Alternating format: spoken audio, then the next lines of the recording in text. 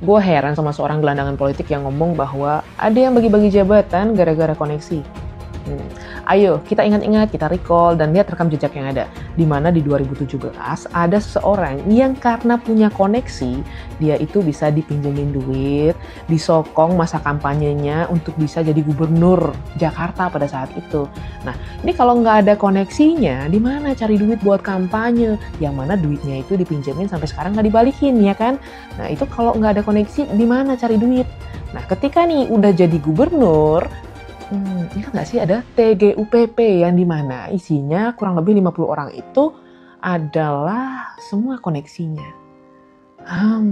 Berarti kalau ketika dirinya menjabat nggak berlaku, tapi ketika orang lain berlaku. Gini ya, karena orang itu rata-rata memang punya koneksi kepada seorang lainnya atau sekelompok lainnya untuk bisa memudahkan dirinya. Tapi apakah artinya kalau misalnya kita memiliki koneksi kepada orang yang lain, itu artinya kita nggak kompeten? Kalau memang kayak gitu, berarti di 2017 ada orang yang nggak kompeten, tapi karena koneksi bisa jadi gubernur. Itu ya? Benar-benar mungkin. Makanya ketika sekarang nggak punya koneksi, karena koneksinya semua pada ditangkepin, ya kan? Atau karena koneksinya yang dulu yang dikhianati itu sudah pada nggak mau lagi, sekarang ribut koar-koar karena bingung mau cari jabatan, tapi susah. Pak Anies sindir pemerintahan Pak Prabowo, banyak jabatan diberikan karena koneksi bukan kompetensi. Lucunya kalau ngomong soal jabatan karena koneksi, bukankah beliau sendiri juga lahir dari sistem yang sama? Dulu bisa maju sebagai gubernur DKI pun karena koneksi dengan Pak Prabowo, bukan karena tiba-tiba rakyat Jakarta serentak minta beliau maju sebagai gubernur. Tanpa koneksi itu mungkin Pak Anies masih sibuk ngisi seminar, masih nulis opini, atau ngajar di kampus. Ironis rasanya ketika seorang yang dulu diuntungkan oleh sistem koneksi, kini justru sibuk menyindir sistem yang sama. Koneksi itu bukan aib, semua orang paham, termasuk Pak Anies. Koneksi bukan berarti tidak kompeten, tapi saluran akses menuju kesempatan. Dalam politik, koneksi dan kompetensi bukan dua hal yang saling meniadakan, justru saling melengkapi. Bedanya, sebagian orang jujur mengakui bahwa koneksi adalah bagian dari realitas politik, sementara beliau lebih suka tampil seolah suci dari sistem yang justru pernah mengantarnya naik. Bahkan sindiran yang ia lontarkan hari ini pun bisa tersorot publik karena sistem itu juga. Jadi sebelum menyalahkan orang lain soal jabatan karena koneksi, mungkin sebaiknya Pak Anies bercermin dulu, biar tidak lupa bahwa gelar mantan gubernur, mantan capres, dan mantan menteri yang kini disandang pun lahir dari sistem yang sama dengan yang hari ini beliau sindir. Bagaimana menurut kalian? Posisi diberikan pada yang berprestasi, bukan diberikan karena koneksi. Dan kita tahu banyak sekali hari ini diberikan tanggung jawab bukan karena kompetensi, bukan karena prestasi, tapi karena koneksi. Kapan negeri ini maju kalau tugas-tugas publik diberikan kepada orang-orang yang kompetensinya tidak nyambung, apalagi kompetensinya di bawah standar, diiringi dengan koneksi yang kuat. Akhirnya negara tidak bekerja untuk kepentingan publik, tapi negara bekerja untuk kepentingan koneksi-koneksi yang ada. Masih mending ijazah palsu daripada nasab palsu. Kenapa masih mending ijazah palsu daripada nasab palsu? Kalau ijazah palsu itu cuma tuduhan palsu, tapi kalau nasab keturunan palsu, seluruh rakyat Indonesia kena tipu. Kalau menurut lo gimana? Coba muncul di kolom komentar. Oke? Katakanlah selama ini Polri diuak-uak oleh mereka, kita ingin menunjukkan sebagai warga negara, ya, kita mencintai Polri dan kita meminta kepada Mabes Polri dan juga Polda Metro Jaya untuk segera, ya, melaksanakan gelar perkara dan menetapkan status hukum Pak Jokowi, ya, sehingga ini jelas terang benderang dan tidak ada lagi yang namanya polarisasi di bawah. Seolah-olah polisi itu takut sama mereka, ya. Nah, untuk itu kami memberikan surat pengawasan dan keberatan hukum terhadap penyidikan di Polda Metro Jaya. Polda Metro, kami mendesak Mabes Polri untuk segera Polda Metro Jaya melakukan gelar perkara dalam hal ini untuk penetapan tersangka mereka. Teroris, tangkap! Teroris, tangkap! Teroris, tangkap!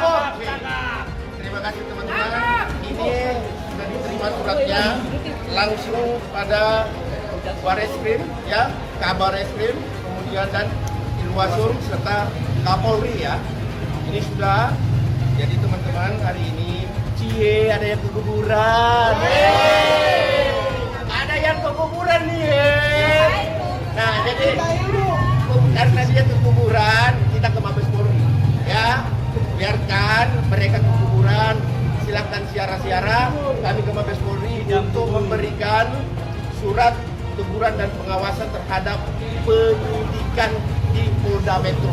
Bahwa klien kami ada temuan baru melalui data yang ditemukan di Komisi Pemilihan Umum, yakni data ijazah yang sudah dilegalisir yang itu merupakan milik saudara Joko Widodo yang pernah digunakan untuk kontestasi Pilpres pada tahun 2019 yang lalu.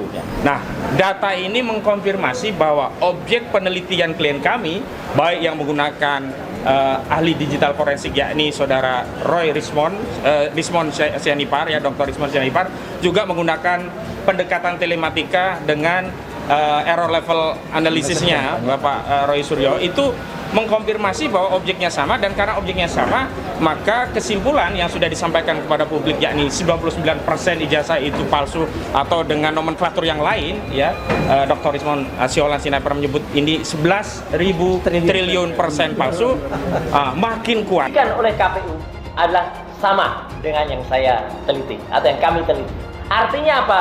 Ijazah itu 99,9% palsu. Ini penting, dan ini sekaligus alhamdulillah Dr. Tifa dan juga teman-teman semua, terima kasih matur nuwun atas semua doa dan supportnya. Ini menunjukkan bahwa apa yang kami lakukan, apa yang kami teliti dalam buku ini itu tidak salah. Karena yang kami teliti bahannya sama, clear.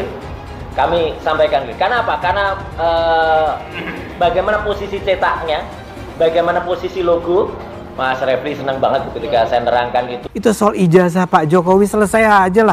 Itu Roy Suryo masih juga terus Refli ikut dukung lagi. Terus saya mau bilang palsu ijazahnya gimana? Kalau asli ya tunjukkan. Kita buktiin kan goblok, kitanya yang bodoh gitu. Mantan presiden kita, beliau nggak ngapain ijazah palsu. Terus gue baca komen-komennya kan. Komen-komennya siapa? Ya kalau nggak palsu tunjukin ijazahnya lah. Kan lu yang nuduh. Kenapa misalnya beliau gitu, Pak Jokowi nggak tunjukin ijazahnya? Karena dia yang dituduh. Ini kan logika hukum dasar, bro. Masa lu bisa kayak main nunjuk-nunjuk orang kayak Timothy mana? Ayo Timothy, buktiin gitu. Buktiin lu pernah jual pomade gitu. Kan lu yang tuduh. Kan gitu. nggak gini kan. Kayak Timothy lu cewek begitu kan. Iya. Nggak langsung telanjang. Gua telanjang gitu, enggak. Gua cowok gitu loh. Hey, gitu kan. Ini gua punya nih gitu. Kan nggak gitu. Diminta, oh lu buktiin ini ya, buktiin ini ya, bukti itu ya. Itu kan kesalahan logika berpikir. Contohnya misalnya ini ada yang lucu juga nih bro. Contohnya ijazah Jokowi. Kan dipermasalahkan tuh ya. Saya nggak peduli ijazah dia real atau ijazah dia nggak real. Tapi setidaknya dia udah jadi presiden bro. Betul. Daripada yang lu profesor S3 tapi lu nggak jadi apa-apa. Gitu. Gue mendingan biarin, gue nggak peduli. Bahkan lu mau ijazah palsu tapi dia presiden bro. Daripada lu ijazahnya real, profesor S3 tapi nggak berkontribusi lu ke negara. berkontribusi Ya, gitu. Jadi betul. dunia ini ijazah itu cuma on paper. Yang real itu lu bisa menghasilkan apa di dunia real. Itu yang lebih penting menurut gua. Roy Suryo, Jokowi ijazahnya palsu, tidak kuliah di UGM. Berita tahun 2025. Ada ratusan media online yang nulis begitu, betul? Tapi ketika ada ditemukan koran tahun 1985 yang menyebutkan di koran itu mahasiswa-mahasiswa UGM Fakultas Kehutanan namanya Joko Widodo, yang kita pegang apakah koran tahun 1985 atau koran media online, media cetak, majalah tahun 2025. Tahun 1985. Kenapa? Karena kejadiannya TKP-nya itu ada di UGM tahun 1985. Teman yang sejati gitu loh, jangan ditinggalkan Pak, jangan dilupakan. Habib Rizik ini harus diangkat untuk membenahi Indonesia juga. Diajak dong jadi menteri itu. dirangkul gitu loh Pak. Pak Amin Rais dulu dan Mas Roy Suryo. Iya. Itulah teman sejati Iya, Pak Prabowo Subianto. Bukan para penjilat-penjilat termulia yang justru termol ini si pengkhianat. Ini akan rusuh, Pak. Serius. Kami 12 orang ini bukan orang biasa, Pak. Kami punya bukan punya banyak masalah apa-apa, rusuh, Pak. Anies Baswedan soroti gaji dan tunjangan DPR. Ganggu rasa keadilan bagi semua. Emang unta satu ini nggak pernah ngaca kalau ngomong. Dia selalu mengatakan, lihat rekam jejak. Tapi dia lupa rekam jejaknya sendiri. Nih rekam jejaknya. Anies naikkan tunjangan perumahan pimpinan DPRD DKI jadi 78,8 juta. Masa lupa nih sama kejadian 3 tahun yang lalu. Lalu ini yang keterlaluan. Gubernur DKI Anies Baswedan naikkan tunjangan DPRD tembus 177 miliar. Lupa lagi nih sama kejadian yang ini. Emang onta itu sering lupa ya nih. Indonesia bener-bener lagi mau diadu domba. Ya jadi belakangan tuh gue baru dapat kabar nih, nggak tahu bener atau enggak ya, kalau Indonesia tuh lagi mau diadu domba antar ras, antar agama kayak gitu loh. Ya jadi ada beberapa info kalau ada beberapa titik-titik di jalanan dan di tol, kalau ada orang-orang disebar untuk ngeprovokasi dengan neriak-neriakin orang Cina kayak Cina.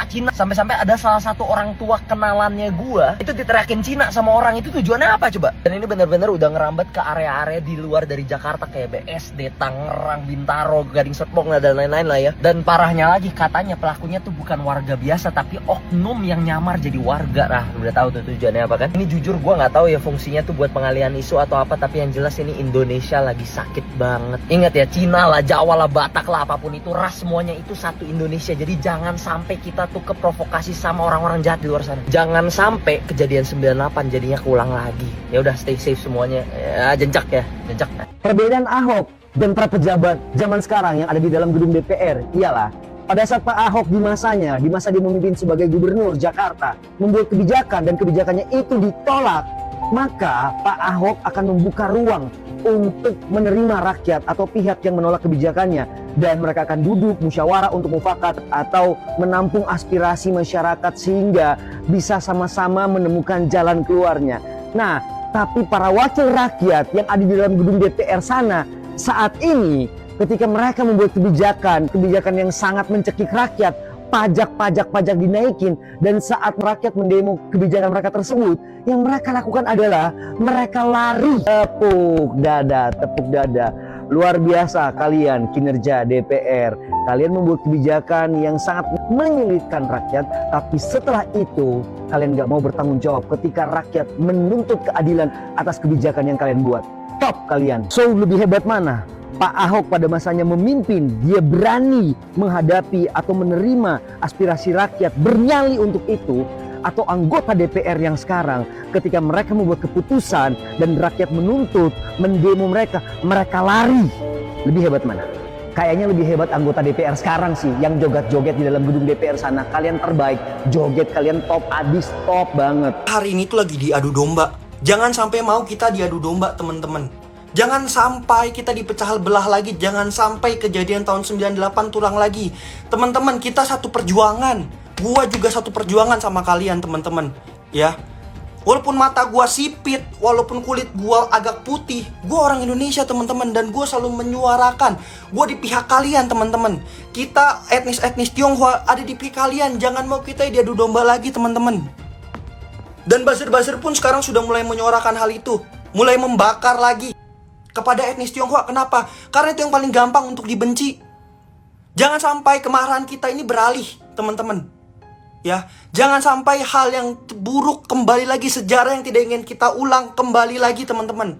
Tolong share video ini, sebarkan awareness, teman-teman, bahwa kita itu satu tanah air, satu bangsa, kita satu Indonesia, teman-teman. Terima kasih banyak. Ada yang mengail di air keruh. Ini demonstrasi, saya ingin anak-anak kita, bro, memahami ini. Kalau toh berhasil merubah sesuatu, ini akan memakan anak-anaknya sendiri. Karena kalau revolusi itu pasti korbannya anak-anaknya sendiri. Dan yang akan nunggangin, itu orang yang tidak ikut apa-apa. Ini namanya mengayal di air keruh. Sekarang gini, waktu almarhum korban dia meninggal, kalau yang datang polisi sama Brimob, oke lah. Tapi ada orang yang datang, dia apa hubungannya ya? Politisi. Nah, jadi itu saya lihat udah mulai ada yang mau memancing di air keruh. Itu yang paling perlu lihat. Itu kan kita lihat di TV lu, saya lihatnya apa hubungannya ya orang ini? Oh datang, wah, padahal yang mestinya datang minta maaf kan udah kayak polisi, presiden minta maaf, itu memang harus tuntutan penuh itu secara moral ya. Tapi kalau datang orang kecil lu apa hubungannya lu? Nah ini kan ada gejala memancing di air keruh dan itu selalu terjadi di setiap revolusi. Sumpah ini semakin mengerikan ya. Jadi kekacauan yang terjadi di Indonesia ini kan pernah dibahas sama media di Rusia. Jadi ada laporan media yang bilang kalau Indonesia itu sekarang lagi mengalami yang namanya color revolution. Nah kemarin awalnya itu gue kira color revolution ini cuma istilah politik kan, tapi ternyata enggak guys. Ini emang revolusi warna beneran, si warna pink yang sekarang ada di mana-mana. Yang bikin merinding itu si analis geopolitik yang bilang Indonesia sedang mengalami color revolution ini udah dari akhir Agustus kemarin nih bilangnya. Udah ada nih akhir Agustus kemarin ya, lewat laporan media Rusia yang namanya Sputnik. Nah di awal Septembernya ternyata beneran tiba-tiba media di Indonesia ini dibanjirin sama warna pink. Dan setelah gue baca-baca lagi ternyata revolusi warna ini udah sering terjadi di banyak negara. Masing-masing negara ini punya perwakilan warnanya masing-masing untuk sebuah gerakan. Dan tujuannya ini semua sama, yaitu menggantikan rezim atau pemimpin yang tidak bisa sejalan dengan Barat. Ya gue sih berharapnya pihak-pihak yang gembar-gembor warna pink ini at least tahulah maksudnya ini apa. Jangan sampai ternyata emang kita nih lagi digerakin secara tidak sadar sama pihak-pihak luar. Gantinya aneh! Gantinya aneh!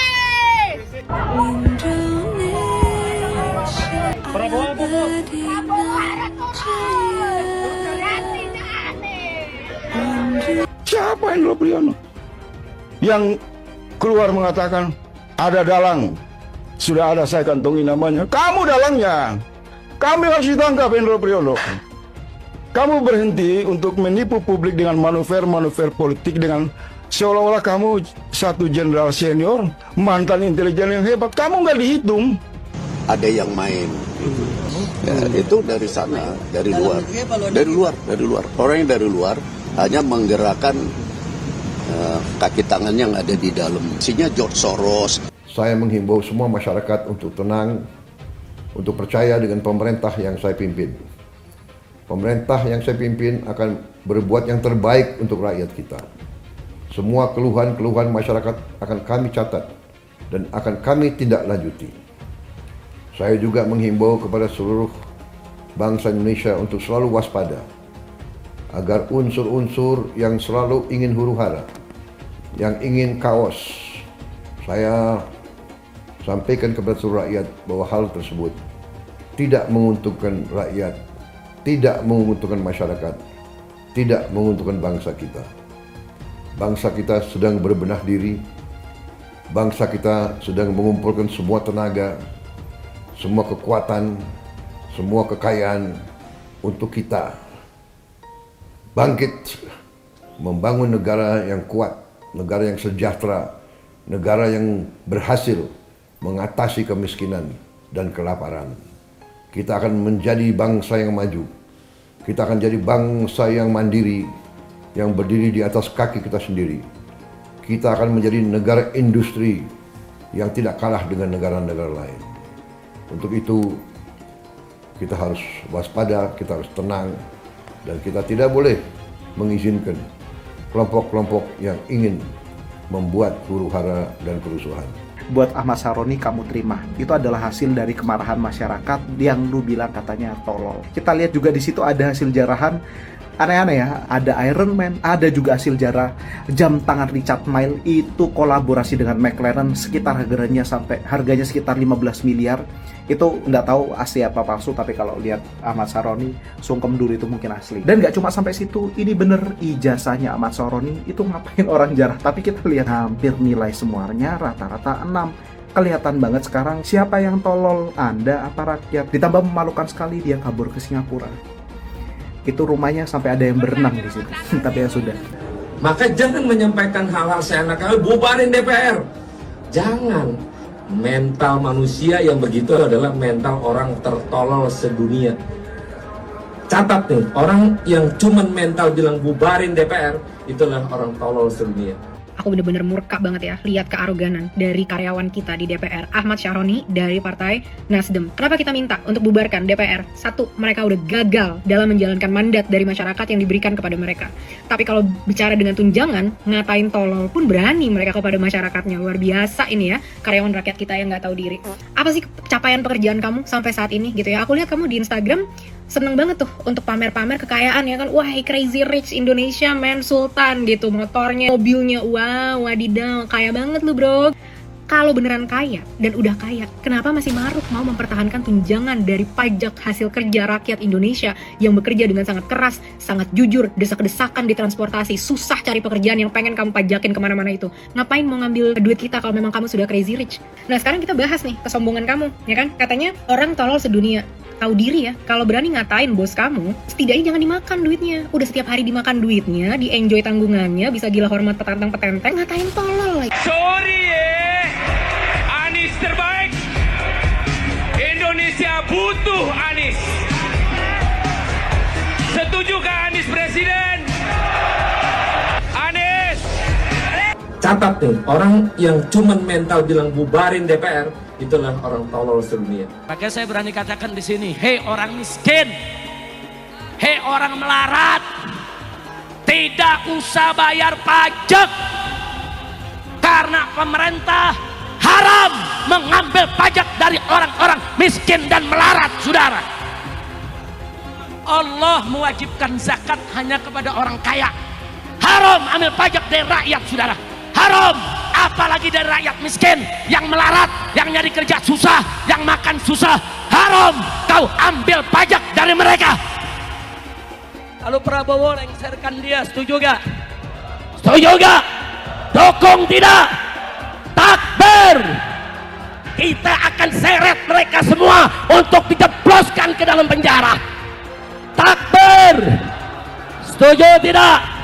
Setuju tidak? Enggak berkelahi, ayo kita adu biar dia berkelahi. Besok Ustadz Somad tolong datang ke kantor pajak. Saya datang, saya taat pajak. Orang bijak taat pajak. Datang sebagai warga negara Indonesia yang baik. Saya datang. Ada apa Pak Kepala Pajak? Ya Ustadz, sudah kami cek, ternyata pendapatan YouTube 1 bulan 150 juta, Ustadz bayar pajak. Bapak cek kemana duit itu mengalir dari YouTube. Tidak ada seperak pun ke rekening saya. Langsung beli beras, beli minyak, beli kompor, beli kelas, beli semuanya. Justru saya yang minta kepada pegawai-pegawai pajak, bersedekahlah kalian di jalan Allah Subhanahu wa taala. Karena kalian menghitung, mengumpulkan uang. Kalau kalian tidak bisa bersedekah, zalim, aniaya, neraka jahanam tempat kalian. Tidak ada cerita Ahok dengan Anies. Ketika saya kalah, saya langsung kasih Anies penghargaan, ucapan segala macam. Tapi yang tidak bisa saya terima, ketika Anda menang, Anda pidato memecah belah bangsa. Bahwa Jakarta udah kembali ke pangkuan pribumi yang dijajah selama ini. Itu teksnya di mana-mana. Itu sangat memecah belah bangsa. Saya ini asli Indonesia sesuai undang-undang loh. Apa karena saya namanya Ahok? Itu yang tidak betul seorang Anies lakukan. Bagi saya Anies sangat tidak negarawan. Anda udah menang, yes okay gitu loh. Saya juga tidak bawa ke MA, nggak bawa ke MK. Waktu Anda ulang tahun DKI saya juga datang. Tapi kenapa Anda mesti pidato seperti itu? Bapak Politik Identitas Indonesia Anies Baswedan, Bapak Intoleransi Indonesia Anies Baswedan. Jangan lupakan, jangan terlena, jangan sampai dia pecahkan kita dengan dagangan ayat dan mayatnya. Air itu turun dari langit, turunnya ke atap rumah langsung sumur bor, bukan ke sungai dan ke laut. Bersyukuri kenapa kalah, kenapa ditahan. Saya bersyukur atas itu semua. Saya coba bayangkan ya, kalau seandainya waktu itu kita menang,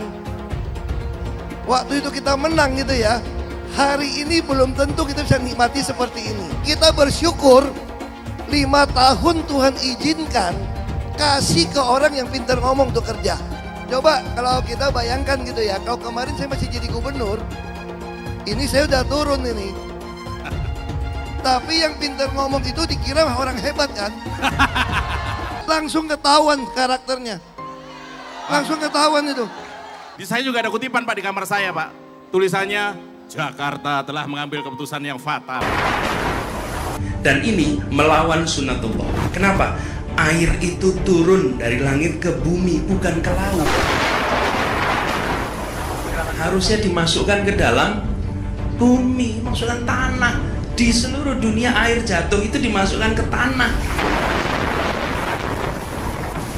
Bukan dialirkan pakai gorong-gorong raksasa ke laut. Jakarta telah mengambil keputusan yang fatal. Bukan banjir, itu memang parkir air. Bukan banjir, itu memang parkir air. Penjajahan di depan mata itu di Jakarta. Dulu kita semua pribumi ditindas dan dikalahkan. Kini telah merdeka.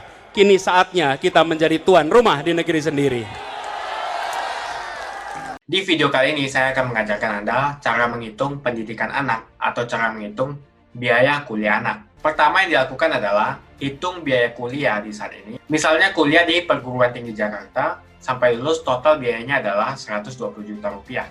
Lalu cari future value atau biaya masa depan di mana anak akan kuliah dan disesuaikan dengan inflasi. Misalnya anak akan kuliah 17 tahun lagi, di mana inflasi 12% per tahun, maka dengan kalkulator future value, maka butuh biaya 823 juta rupiah. Artinya di tahun 2037, nanti pada saat anak akan kuliah, kita membutuhkan uang sebanyak 823 juta rupiah. Langkah yang kedua adalah tentukan instrumen investasi untuk mencapai langkah tersebut.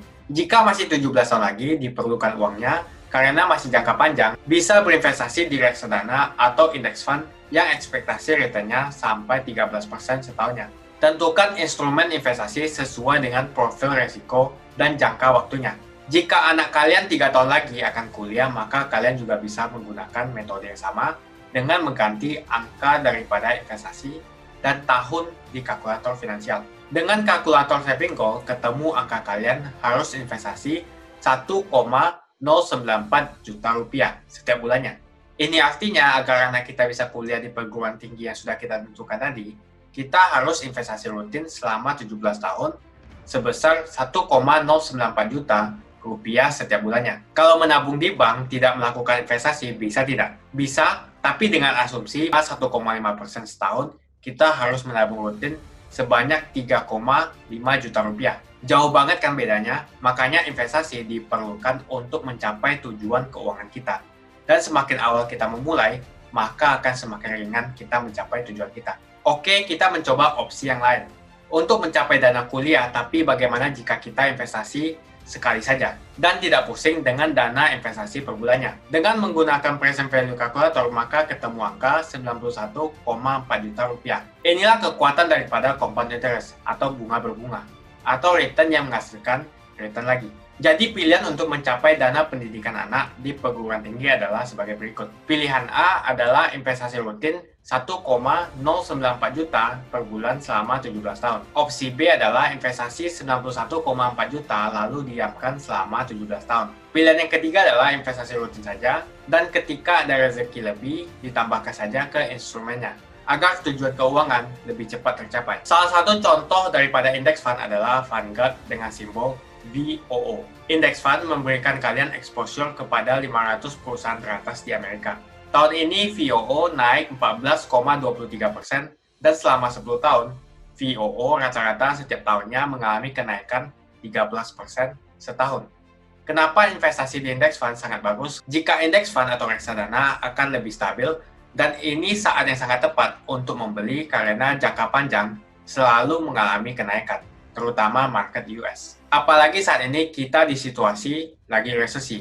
Dan jika ekonominya sudah recovery, maka akan sangat bagus untuk pasar saham juga. Prinsip investasi saya adalah mempersiapkan segala kemungkinan yang akan terjadi di masa depan. Jadi ketika beneran jadi nikah dan mempunyai anak, maka hati kalian akan lebih tenang karena anak kalian sudah bisa kuliah di universitas yang kalian inginkan. Target saya mempersiapkan dana untuk anak saya kuliah di Monash University di Australia. Persis dengan logika berpikir dengan yang baru saja saya sampaikan, tidak semua orang mampu untuk berinvestasi banyak. Jadi jangan berkecil hati jika angka tidak besar, yang penting kita mulai dulu sekecil apapun. Dan yang paling penting adalah mulai investasi sekarang, karena ingat, waktu adalah teman terbaik untuk berinvestasi. Ini semua bisa dicapai dengan Anda konsisten menabung setiap bulannya. Semoga video ini membantu Anda untuk melihat kembali investasi Anda dan mengatur strategi Anda dalam memilih perusahaan yang akan Anda investasikan dan memilih investasi sesuai dengan perkembangan market untuk 5 tahun ke depan. Dalam jangka panjang, ekonomi dan saham US selalu mengalami kenaikan. Kalau kalian suka dengan video ini, share video ini ke satu teman Anda.